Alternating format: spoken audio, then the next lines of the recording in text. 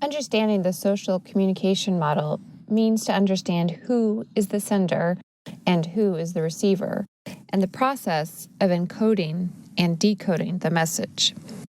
Understanding who is delivery and who is receiving is just as important as what is the message. This will determine the process for understanding the message and executing